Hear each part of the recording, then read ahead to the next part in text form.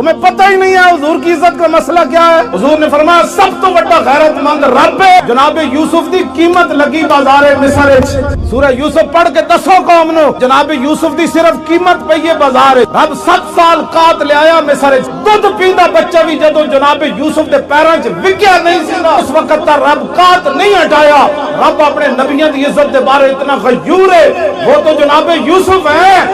और इमामुल अंबिया की बात तो है ही ईरानी। असा इश्क रसूल दा मेयार दस्या हुंदा ना कि इश्क रसूल तो उन्होंने कहंदे ने जलिया अबू दुजाना नु मैदान ओहदे च हर तीर हुजूर दे सामने झुके खड़े, हर तीर अबू दुजाना नु लग रहा।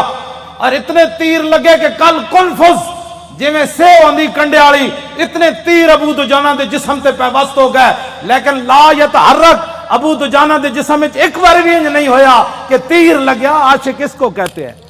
पाकिस्तान के अंदर हुर्मते रसूल की सबसे ताकतवर, सबसे गरजदार, सबसे तवाना और बरेलवी मसलक के असरे हाजिर का सबसे बड़ा रहनुमा आज इस दुनिया से चला गया। इन्ना लिल्लाही व इन्ना इलैहि राजिऊन।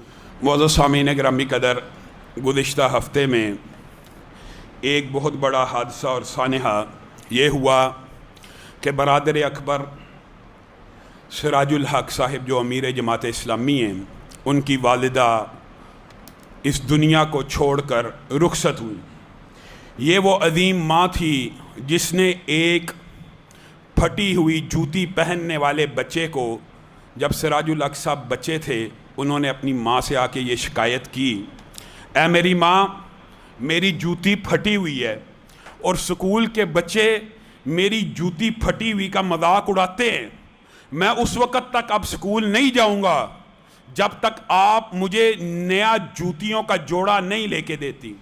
माँ तो फिर माँ होती है, दिल पे चोट लगी, पैसे टटोले, इतने पैसे भी मौजूद नहीं थे कि बेटे सिराजुल हक को एक नया जूतियों का जोड़ा लेके दे सके। माँ ने एक तदबीर की, जो तदबीर आज पूरे पाकिस्तानियों के लिए एक मशअले राह है। माँ ने कहा बेटा इधर आ। बेटा पास आया, बेटे के सर के ऊपर एक टोपी रखी और उस टोपी को तिरछा कर दिया। कहा जा बेटे ये तिरछी टोपी पहन के स्कूल चला जा। आज के बाद कोई भी बच्चा तेरे फटे हुए जूतों को नहीं देखेगा, लेकिन तेरी इस टोपी के जरिए तेरा मजाक उड़ाएगा। लेकिन तू गवाह रही, याद रखी, ये तेरे नबी की सुन्नत है, चाहे तिरछी हो चाहे सीधी हो। सिराजुल हक कहते हैं पता नहीं माँ की बात में क्या असर था, मैंने माँ की ये दलील कबूल की। अगले दिन जूते फटे हुए पहन के स्कूल गया, टोपी सर पे रखी, तिरछी थी, सब ने मेरा मजाक उड़ाना शुरू कर दिया, ये तिरछी टोपी क्यों पहनी है और तिरछी टोपी वाले। तो मेरे दिल में एक मुसर्रत का एहसास पैदा हुआ कि आज कोई मेरे फटे हुए जूते नहीं देख रहा। वो माँ तो दुनिया से चली गई, लेकिन सिराजुल हक के ऊपर भी उनकी अज़मत को भी सलाम है।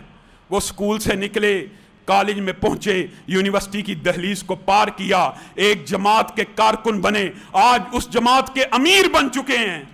लेकिन अपनी टोपी को सीधा नहीं किया कि मेरी माँ ने इस टोपी को मेरे सर के ऊपर तिरछा रखा था और सिराजुल हक कब्र में जब जाएगा इसी तिरछी टोपी के साथ जाएगा। अपने उस भाई को सलाम भी पेश करते हैं, इतनी अजीम माँ के सानहे के ऊपर तज़ियत भी करते हैं, खुदा उनकी लहद पर शबनम माफिशानी करे।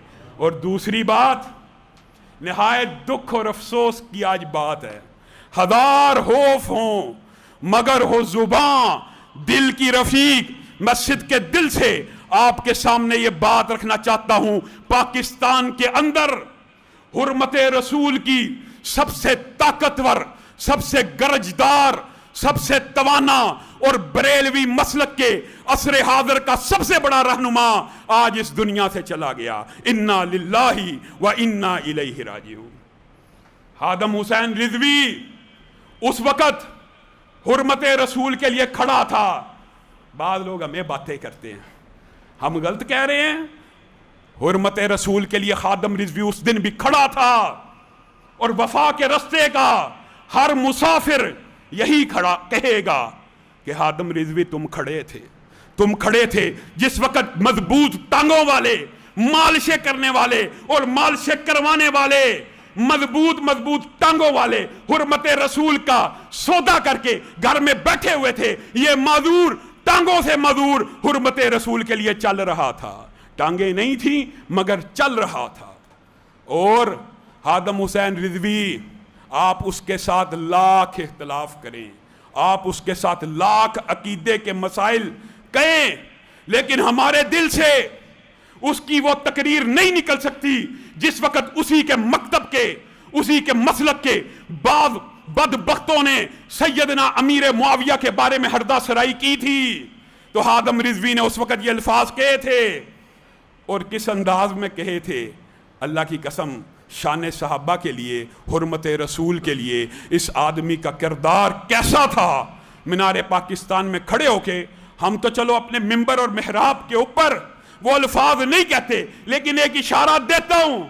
اس نے کہا تھا سیدنا معاویہ پہ بھونکنے والوں، در در تمہارے اوپر تف ہو. اپنے مالکوں کو ہی پڑ گئے ہو، اپنے مالکوں کو ہی پڑ گئے ہو. یہ الفاظ کس کے تھے؟ اپنے ہی مسلک کے رہنماؤں کے خلاف. اس نے اس آواز کو اٹھایا کہ سیدنا معاویہ کے خلاف جو بکواس کرے گا وہ دنیا کا سگ تو ہو سکتا ہے، وہ مسلمان نہیں ہو سکتا.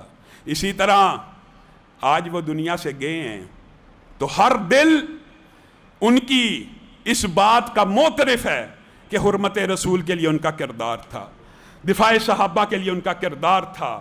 ہر بندے نے دنیا سے چلے جانا ہے میرے بھائیوں، دنیا میں رہنا کسی نے نہیں، لیکن تاریخ میں وہ لوگ زندہ رہتے ہیں جو ہر خوف کے سامنے، ہر جبر کے سامنے، جب ہر طرف خوف کا سناٹا ہو، جن کی آواز توانا ہو، جن کی آواز بلند آہنگ ہو، پھر لوگ بھی انہیں یاد رکھتے ہیں. اور ایک اور بات کر کے میں اپنی بات کو ختم کروں گا. آج بھارت ہماری سرحدوں پہ چڑھ آیا ہے، اور مجھے بڑا افسوس اور دکھ ہے کہ قوموں کے بغیر جنگیں نہیں جیتی جاتی. پوری دنیا میں ایک ٹرینڈ ہوتا ہے کہ جب کوئی وطن جنگ کے عالم میں جانے لگے یا جنگ کا شکار ہونے لگے، ایک رائے عامہ کو ہموار کیا جاتا ہے، جنگ کے لیے تیار کیا جاتا ہے. ہم ایک عجیب وطن میں رہ رہے ہیں کہ انڈیا کے اندر جنگی جنون اپنے عروج کو پہنچ چکا ہے. وادی نیلم میں جس طرح بمباری ہو رہی ہے، آپ سب جانتے ہیں، سوشل میڈیا کو استعمال کرنے والوں کو پتہ لگ چکا کتنے لوگ مر گئے، کس قسم کی بمباری ہوئی. لیکن ہمارے حکمران ایسے ہیں، شو کر رہے ہیں جیسے کچھ ہوا ہی نہیں. ہم کھڑے ہیں، اینٹ کا جواب پتھر سے دیں گے. پتہ نہیں وہ کون سی اینٹ وادی نیلم پہ گرنی ہے جس کا جواب انہوں نے پتھر سے دینا ہے. ہم کھڑے ہیں کس کے ساتھ؟ کشمیریوں کے ساتھ. کب تک؟ جب تک آخری کشمیری مر نہیں جاتا. یہ کس طرح کا ساتھ ہے؟ آج چاہیے یہ تھا کہ حکمران آگے بڑھتے قوم کو تیار کرتے کہ انڈیا حملہ کر چکا ہے، انڈیا حملہ کرنے والا ہے. اللہ کی قسم قوموں کے بغیر جنگیں نہ لڑی جاتی ہیں نہ جیتی جاتی ہیں. آج وقت ہے کہ یہ جو بلیک آؤٹ کیا جا رہا ہے جنگ کے حوالے سے، جو خطرات منڈلا رہے ہیں، قوم کو اس بارے میں حکمران اعتماد میں لیں اور قوم کے اندر جذبہ جہاد پیدا کریں. اللہ کے فضل و کرم سے ہم یہ بھی خراج تحسین پیش کرتے ہیں کہ کم از کم ہماری فوج کے اندر کچھ افسران ایسے ہیں جنہوں نے ہندوستان کی پوری سازش بے نقاب کر کے عوام کے سامنے رکھ دی. ان کو خراج تحسین ہے. جو فوج لڑ رہی ہے ان کو بھی خراج تحسین ہے. پورے کا پورا دہشت گردی کا ہندوستان کا منصوبہ بے نقاب کیا.